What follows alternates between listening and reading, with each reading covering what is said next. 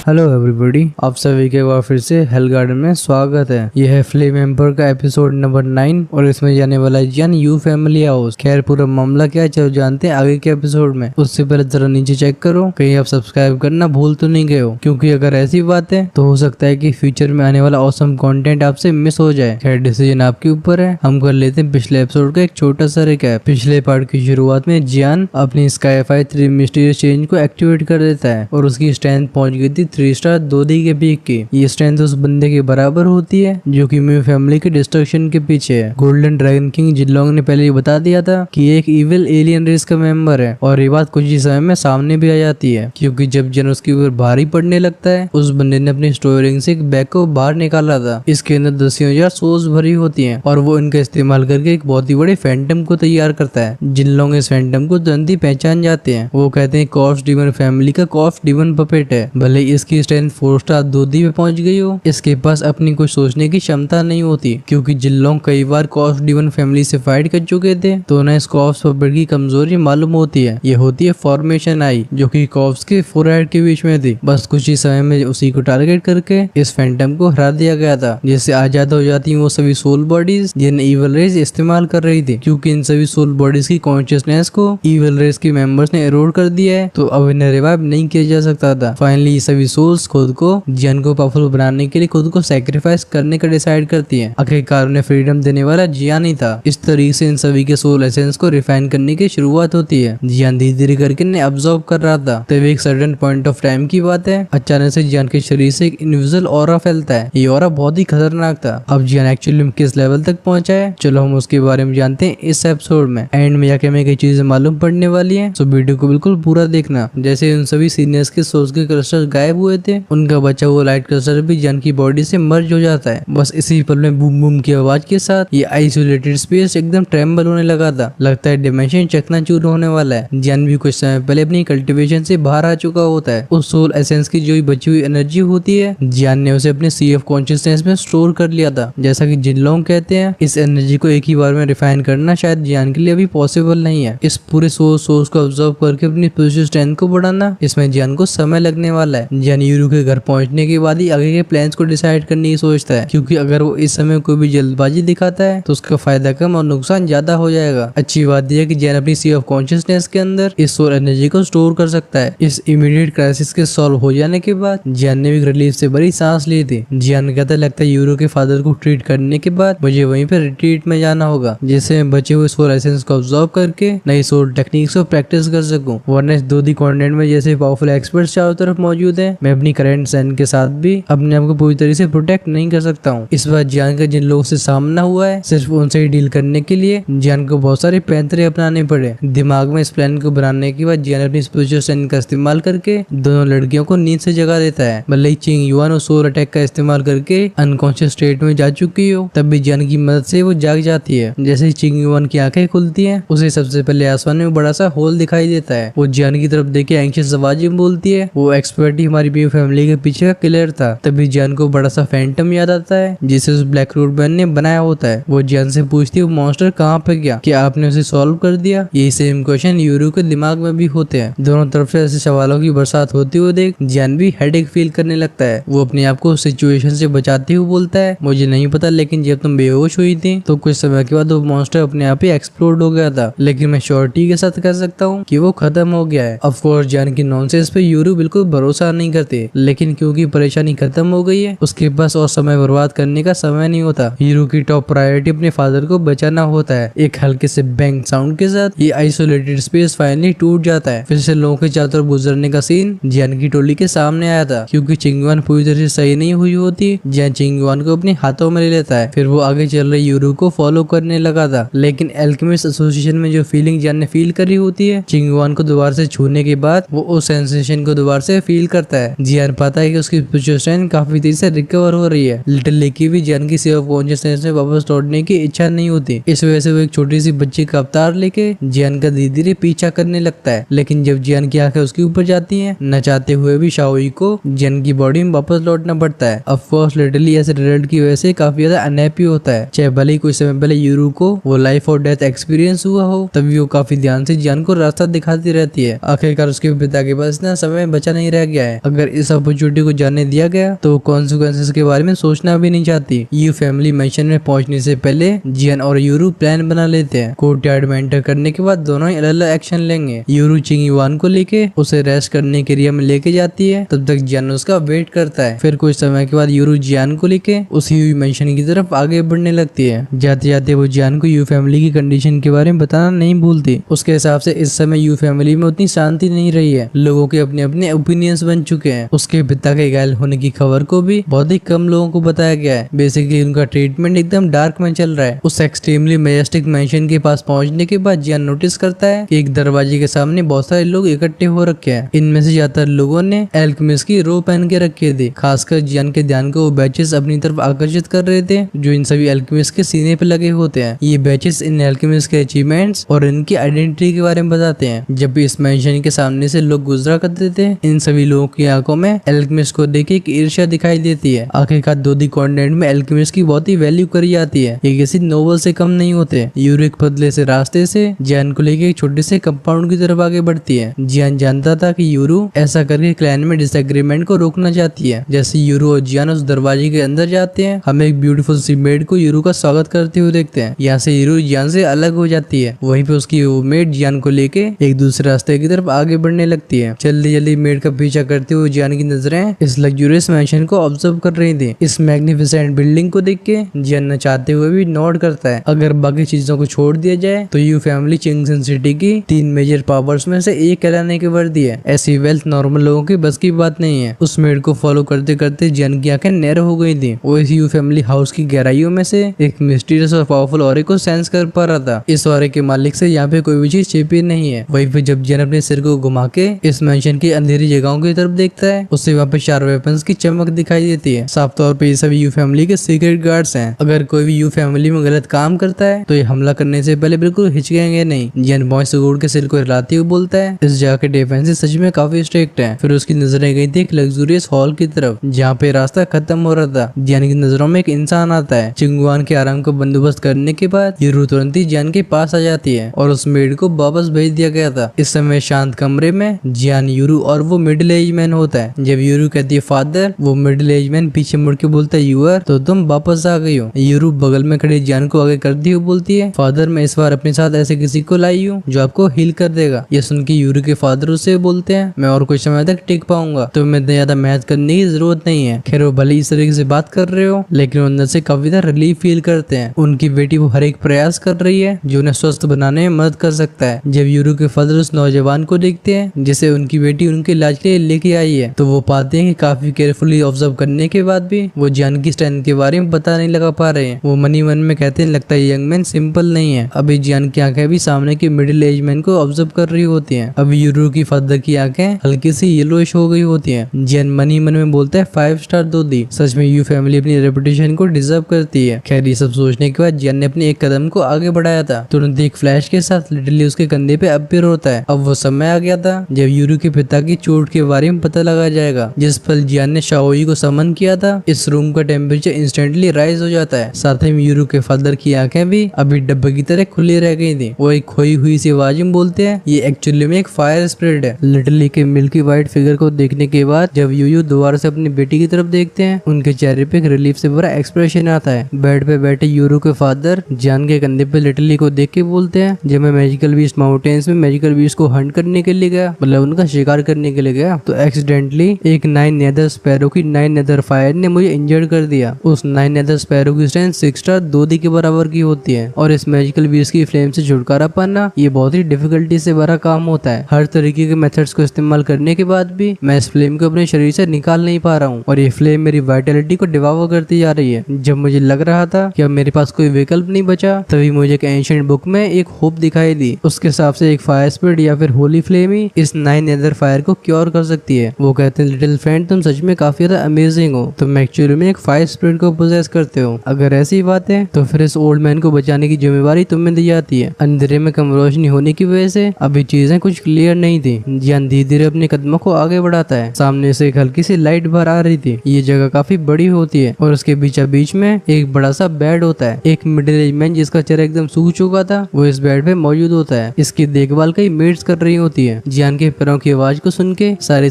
Teammates उसकी तरफ देखती हैं। यूरू के इशारे को समझ के ये सभी इस कमरे से बाहर चली गई थी। बाय द वे यूरू के फादर का नाम होता है यू, मतलब यू फैमिली का नाम होता है और यू उनका नाम होता है। जब जियान बेड के पास पहुंच जाता उसकी आंखें यू के चेहरे को साफ तरीके से देख पाती हैं। अभी यू के चेहरे को एक हल्की ग्रे कलर की लेयर ने ढक रखा था। उनके ऐसे शांत चेहरे को देख के ऐसा लगता है जैसे मौत उनकी बिल्कुल पास आ चुकी है। ये इंसान जो कि कब्र में जाने के लिए तैयार था, इसकी ऐसी कंडीशन को देख के जियान बोलता है ये बहुत ही सीरियस है। जियान के पीछे खड़ी यूरी बताती है हाँ, इस तरीके का फायर पॉइजन जो कि लाइफ फोर्स को खत्म कर सकता है, इससे एक एक्स्ट्रा दूधी पावर हाउस की भी फालतू पंगे लेने की हिम्मत नहीं होगी। फादर इतने सारे सालों से सरवाइव कर रहे हैं, लेकिन लगता है अब वो भी अपनी लिमिट्स तक पहुंच चुके हैं। फाइनली अपने सिर को हिला के वो एक होर्स आवाज में बोलती है जियान प्लीज तुम्हें मेरे फादर को बचाने की पूरी कोशिश करनी होगी। अभी यूरो की आंखें भी लाल हो चुकी थी। जियान नोट करके बोलता है चिंता मत करो, मैं अपनी तरफ से कोई कसर नहीं रखूंगा। अब मैं ट्रीटमेंट की शुरुआत करने वाला हूँ, ध्यान रखना कि कोई मुझे डिस्टर्ब न करे। जैसी यू की हालत हो रखी है, जियान को लिटरली की फायर को यू की बॉडी के अंदर एंटर करवाना होगा, क्योंकि तभी उस फायर पॉइजन को एलिमिनेट किया जा सकता है। और अगर इस प्रोसेस के दौरान उसे कोई भी डिस्टर्ब कर देता है तो उसके कॉन्सिक्वेंसेस बहुत ही खतरनाक होंगे। जियान की बात को सुनकर यूरू सीरियस एक्सप्रेशन के साथ नोट करती है। वो जानती थी कि जियान उसकी हेल्प एल्केमिस्ट एसोसिएशन के प्रेसिडेंट की वजह से कर रहा है। अभी जियान को देख रही उसकी आंखों में एक अजीब सी चमक आ चुकी होती है। यू के शरीर को एक बार ध्यान से देखने के बाद जियान एक काम आवाज में बोलता है मुझे अपनी फ्लेम को आपकी बॉडी में एंटर करवाना होगा, क्योंकि इसी मेथड का इस्तेमाल करके हम उस फायर पॉइजन को स्लोली एक्सपेल कर सकते हैं। इसके अलावा मुझे और कोई रास्ता दिखाई नहीं देता। जियान की बात को सुनकर यूरू हेजिटेशन के साथ पूछती है अगर ऐसी बात है तो तुम्हारे सक्सेसफुल होने के चांसेस काफी हाई होंगे राइट? जियान कहते हैं 50% से भी कम। सीन चेंज हुआ था, हम फिर से इसी शांत कमरे को देखते हैं। दरवाजे के पास कुर्सी पे बैठी हुई यूरू खुद से कुछ हल्की सी आवाज में बात कर रही होती है। बार बार उसकी आंखें बैठी तो लोगों की तरफ जाती थी। जब अपने फादर के चेहरे के पेनफुल एक्सप्रेशन और उनके चेहरे से टपकने वाले पसीने को देखती है, यूरू अंदर से और भी एंग्शियस फील करने लगती है। उसे ये डर नहीं था कि जियान उसके फादर को पॉइजन कर देगा, बल्कि इस तरीके से फायर पॉइजन को बाहर निकालना ये मेथड बहुत ही डेंजरस है। यू फैमिली की देखभाल करने में उसके फादर ने अपनी लाइफ में बहुत सारे सैक्रिफाइसेस करे हैं और अब उन्हें ऐसे दर्द का भी सामना करना पड़ रहा है। इस समय जियान के चेहरे पे कोई भी इमोशन मौजूद नहीं होता है। यू के पीछे बैठा हुआ जियान अपनी हैंडसीज को चेंज करता है। उसकी स्पिरिचुअल स्ट्रेंथ हेवल फ्लेम्स को बीच में लेके यू के शरीर में एंटर कर जाती है। वो बहुत ही ध्यान से यू के शरीर में से हेवल फ्लेम के हाई टेम्परेचर का इस्तेमाल करके उस पॉइजन को बाहर निकालने लगा था। बात बस ऐसी होती कि उस नए नेदर फायर ने अपने आप को यू की हड्डियों से अटैच कर लिया है। इस वजह से जियान की वो सफेद फ्लेम भी अपने आप को हड्डियों से जोड़ लेती है। बस अगर थोड़ा ध्यान से देखा जाए तो उस मिल्की व्हाइट फ्लेम और उन काली हड्डियों में एक छोटा सा गैप मौजूद होता है। आखिरकार जियान की हेवल फ्लेम का टेम्परेचर बहुत ही टेरिफाइंग है। अगर वो यू की हड्डियों के कांटेक्ट में आता है तो फिर चाहे यू की स्ट्रेंथ दूधी क्लास की हो तब भी उनका सीरियस इंजर्ड होना या फिर उनकी जान जानी बिल्कुल आउट ऑफ द क्वेश्चन नहीं है। जियान की फ्लेम से रेडिएट होने वाला फायरी टेम्परेचर यू के शरीर के हड्डियों को हल्के से रोस्ट कर रहा होता है। उस मिल्की व्हाइट फ्लेम की वजह से यू की हड्डियों में से लगातार कुछ काली फ्लेम्स की विस बाहर आती हैं, लेकिन इससे पहले काले रंग के धागे हड्डियों से बाहर आके भाग पाते हम उस मिल्की व्हाइट फ्लेम को इन सभी को रैप करते हुए देखते हैं। फिर इस मौके का फायदा उठा के फ्लेम का वो टेरिफाइंग टेम्परेचर इस नेदर फायर पॉइजन को जला के भस्म कर देता है। हाउएवर जैसे जैसे जियान इस ब्लैक म्यूज को और भी रिफाइन करता है उसे एक नई चीज मालूम पड़ती है। वो पाता है कि जब उसकी हेवली फ्लेम इस ब्लैक म्यूज को जलाने की कोशिश करती है, ये काली काली चीजें उसकी व्हाइट फ्लेम में मर्ज हो जाती हैं। ऐसा होने के बाद इनके बारे में जियान को कुछ पता नहीं चलता। जैसे जैसे समय आगे बढ़ा था वो बिल्कुल काली हो चुकी हड्डियां जियान की मिल्की व्हाइट फ्लेम के हाई टेम्परेचर की वजह से फिर से अपने नॉर्मल कलर को पाना शुरू कर देती हैं। इस समय यू की पूरी बॉडी पसीने से ना चुकी थी। यू का वो सूख चुका चेहरा लगातार ट्विच हो रहा होता है। उनके दांतों के कोनों से